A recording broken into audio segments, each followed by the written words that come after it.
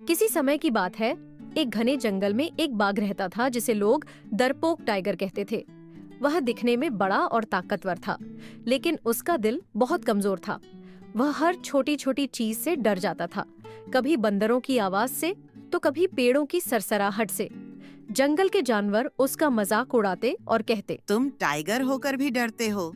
तुम्हें तो जंगल का राजा होना चाहिए, लेकिन तुम खुद एक चूहे से भी डर जाते हो। डरपोक टाइगर को अपनी कमजोरी का एहसास था, लेकिन वह अपनी आदत से मजबूर था।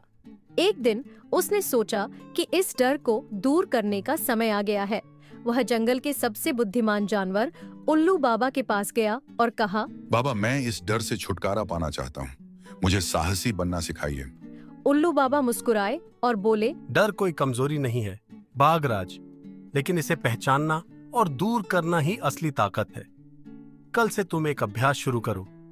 जो चीज तुम्हें डराए उसके पास जाओ और उसका सामना करो। धीरे धीरे तुम्हारा डर कम हो जाएगा। अगले दिन टाइगर ने यह करना शुरू किया। वह सबसे पहले उस झरने के पास गया जिससे वह हमेशा डरता था। झरने के पास जाकर उसने महसूस किया कि पानी केवल गिर रहा था और उसे नुकसान नहीं पहुंचा सकता। फिर वह बंदरों के पास गया और देखा कि वे केवल खेल रहे थे। धीरे धीरे वह अपने डर का सामना करने लगा। कुछ ही हफ्तों में डरपोक टाइगर जंगल का सबसे साहसी बाघ बन गया। अब वह अपनी ताकत और बुद्धिमानी से जानवरों की मदद करता और जंगल का सच्चा राजा बन गया। रामपुर नामक गांव में एक किसान रहता था। वह दिन भर खेत में बहुत मेहनत करता था और फसल की देखभाल करता था।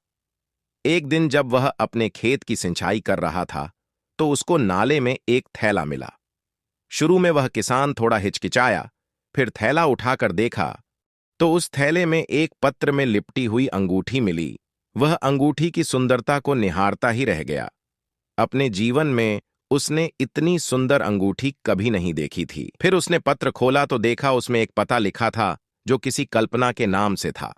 उसने उस पत्र को पढ़ा, फिर उसे समझ आ गया कि कोई व्यक्ति यह लेकर जा रहा होगा और रास्ते में यह थैला गिर गया होगा। फिर वह थैला लेकर उसी पते के लिए निकल जाता है। जब नियत पते पर पहुंचकर वह अंगूठी और पत्र देता है तो कल्पना खुशी से रोने लगती है और बार बार किसान को धन्यवाद कहती है। गधा और धोबी एक निर्धन धोबी था। उसके पास एक गधा था। गधा काफी कमजोर था क्योंकि उसे बहुत कम खाने पीने को मिल पाता था। एक दिन धोबी को एक मरा हुआ बाघ मिला। उसने सोचा, मैं गधे के ऊपर इस बाघ की खाल डाल दूंगा और उसे पड़ोसियों के खेतों में चरने के लिए छोड़ दिया करूंगा। किसान समझेंगे कि वह सचमुच का बाघ है और उससे डरकर दूर रहेंगे और गधा आराम से खेत चर लिया करेगा।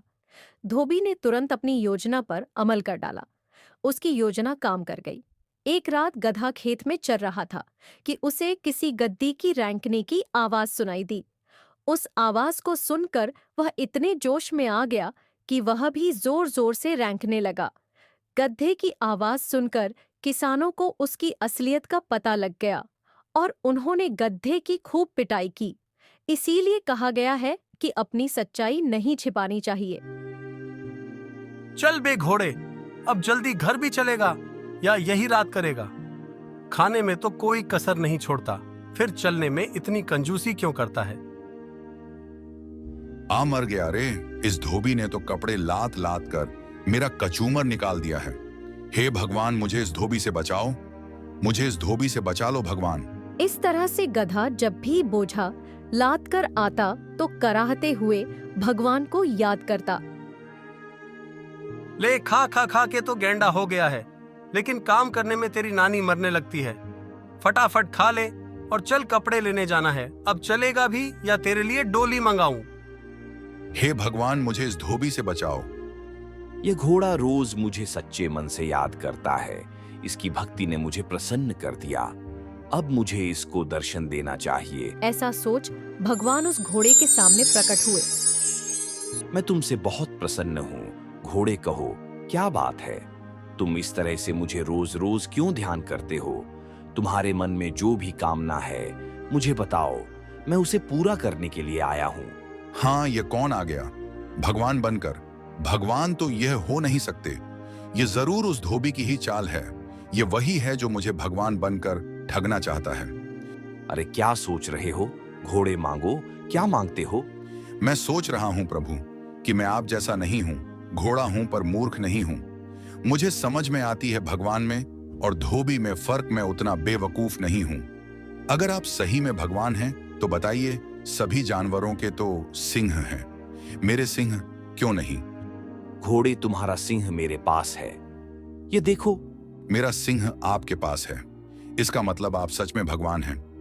हाँ घोड़े, मैं सच में भगवान हूँ। तब एक बात बताइए, भगवान सब तो मुझे घोड़ा समझते ही हैं, क्या आप भी मुझे घोड़ा ही समझते हैं? अरे नहीं नहीं, तुम तो घोड़े राज हो। घोड़े ने जैसे ही यह सुना वह खुश हो गया। फिर घोड़े ने कहा, भगवान, मुझे अब इस धरती पर रहने की लालसा नहीं है, मुझे भी अपने साथ स्वर्ग ले चले। मैं तुम्हारे भक्ति से बहुत प्रसन्न हूँ। घोड़े राज ऐसा ही होगा। घोड़ा भी भगवान के साथ स्वर्ग चला गया। प्रभु भगवान, आपने तो मुझे सच के स्वर्ग में ला दिए, अब तो मैं यहाँ खूब मजे से रहूंगा। हाँ घोड़े राज, अब से तुम यहाँ खूब आराम से रहो। घोड़ा वहां खूब मौज से रहने लगा, बागों में हरी हरी घास खाता और दिन भर घूमता रहता। एक दिन घोड़ा घास खाते खाते इंद्रदेव के बाग में चला गया। कौन है ये घोड़ा जो महाराज इंद्रदेव के बाग में घुसा चला आया? क्यों घोड़े, क्या तुम्हें नहीं पता कि यह इंद्रदेव का बाग है? यहाँ घोड़ों का आना सख्त मना है। अरे अरे, मुझे नहीं पता था भाई, मैं यहाँ कोमल कोमल घास देखा तो चला आया खाने के लिए। आज चेतावनी दे देकर छोड़ रहा हूँ, फिर दोबारा यहाँ मत दिखना। चल निकल जा यहाँ से। आज तो बुरा फंसा था, वह तो अच्छा हुआ कि उसने मुझे घास खाते नहीं देखा था भगवान। कुछ दिन बीतते हैं, अब घोड़ा वहां बहुत अकेला सा लगने लगा था। एक दिन भगवान उसका हालचाल जानने आए। क्यों घोड़े राज, दिन तो मौज से बीत रहे हैं। वह बहुत उदास और मायूस होकर भगवान से कहता है, मैं यहाँ बिल्कुल अकेला हूँ, मुझे मेरे साथियों की बहुत याद आ रही है। अगर उन्हें भी आप यहाँ बुला लें तो बहुत अच्छा रहेगा। ना जैसी तुम्हारी इच्छा। घोड़े राज, तुम्हारे साथियों को भी बुला लाता हूँ। ऐसा बोल भगवान अंतर्ध्यान हो गए और पृथ्वी से कुछ और घोड़े को ले वहां गए। यह लो घोड़े राज, मैं तुम्हारे साथियों को भी ला दिया, अब इन सब के साथ तुम्हारा मन भी लगा रहेगा। अब घोड़ा बहुत खुश हुआ, अपने साथी घोड़ों को लेकर बागों में घास खाने चला गया। जब घास खाकर सारे घोड़े एक साथ जमा होते हैं तो सभी घोड़ों ने गाना गाना शुरू किया। सभी घोड़ों ने अपने आवाज से पूरे स्वर्ग को संगीतमय बना दिया। जब उसकी आवाज से स्वर्ग की शांति भंग होने लगी तो भगवान वहां आए। ये तुम क्या कर रहे हो? घोड़े राज, तुम्हारे कारण स्वर्ग की शांति भंग हो रही है। हम तो गाना गा रहे भगवान, हमारे गाने से मन को शांति मिलती है।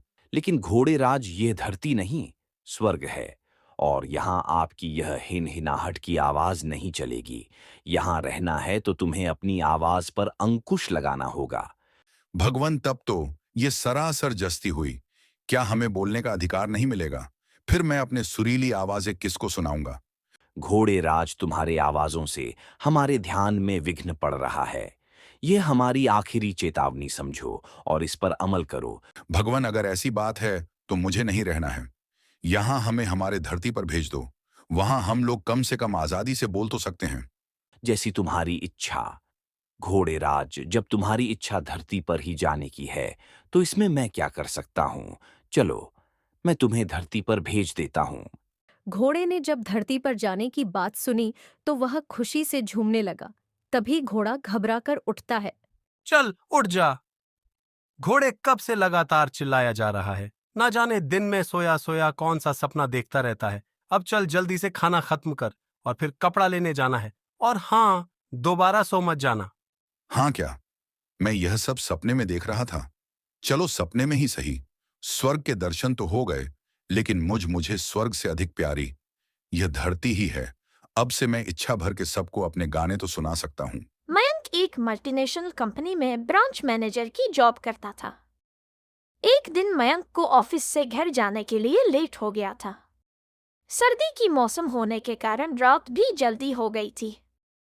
ठंड भी बहुत शुरू हो चुकी थी। रास्ते में चलते चलते मयंक को अचानक एक आवाज सुनाई दी। मयंक वहीं पर ही रुक गया और पीछे मुड़ के देखा, लेकिन पीछे कोई भी नहीं था। फिर से वही आवाज सुनाई दी। जैसे ही मयंक ने सामने देखा तो उसे जमीन पर कुछ चमकती हुई चीज दिखाई दी।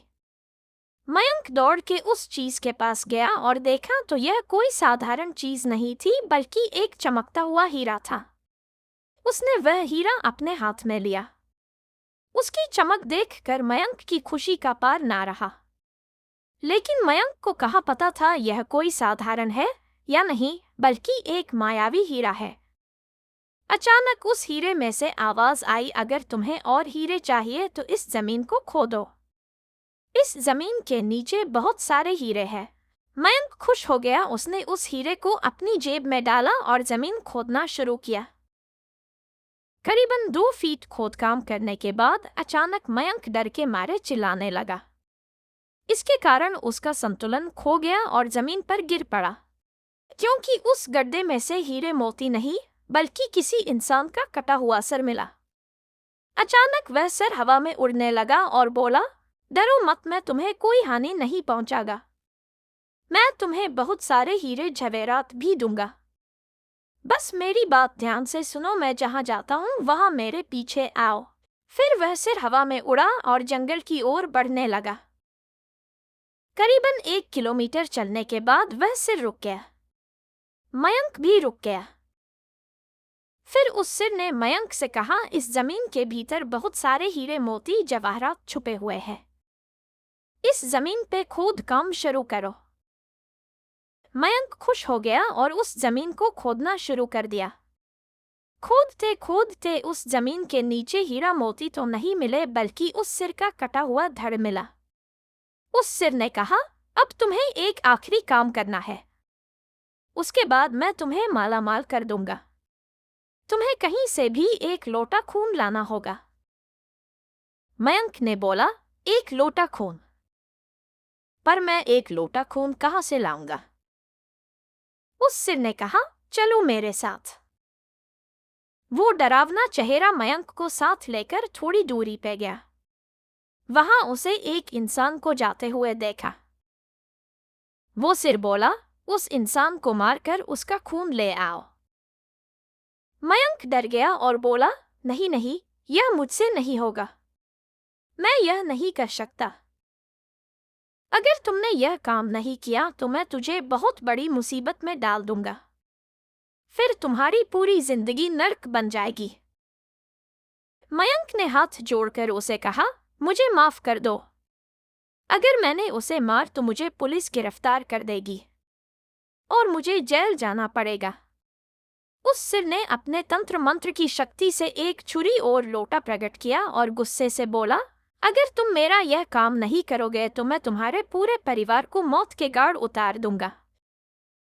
मयंक ने मजबूरी में आकर उस आदमी को मार डाला और उसका खून लेकर उस सिर के पास गया। वो सिर खून को देखकर बहुत खुश हुआ और बोला, यह खून मेरे शरीर पर डाल दे। उस सिर के कहने पर मयंक ने खून को उसके शरीर पर डाल दिया। फिर कुछ ही देर में वो कटा हुआ सिर उस शरीर पे जुड़ गया। यह सब देखकर मयंक की हालत अब खराब होने लगी। वो उस भूत को देखकर काफी डर गया। जैसे ही वो भूत जिंदा हुआ तो जोर जोर से हंसने लगा और डरावनी आवाज में बोला, तुमने बहुत बड़ी गलती कर दी कि तुम्हें मुझे फिर से जिंदा कर दिया। अब मैं सिर्फ तुम्हें ही नहीं बल्कि इस पूरे शहर को मौत के घाट उतार दूंगा। डर के मारे मयंक के मुंह से आवाज भी नहीं निकल रही थी।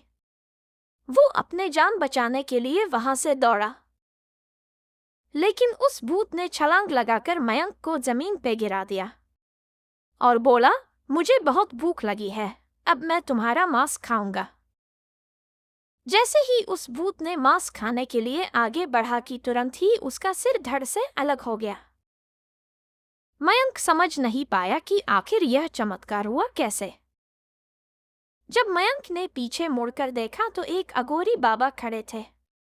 उस अघोरी बाबा ने कहा, जब तुम उस आदमी को मारकर उसका खून ले जा रहे थे तभी मैंने देख लिया था और समझ गया कि कुछ तो बुरा होने वाला है। इसीलिए मैं तुम्हारे पीछे पीछे यहाँ तक चला आया और मैंने अपनी मंत्र की शक्ति से उस भूत को फिर से मार दिया। अब तुम निश्चित होकर अपने घर जाओ। अब तुम पर कोई खतरा नहीं है। आज भी मयंक उस बात को याद करता है तो उसकी रूह तक कांपने लगती है। दोस्तों, आपको यह कहानी कैसी लगी प्लीज हमें कमेंट करके जरूर बताएं।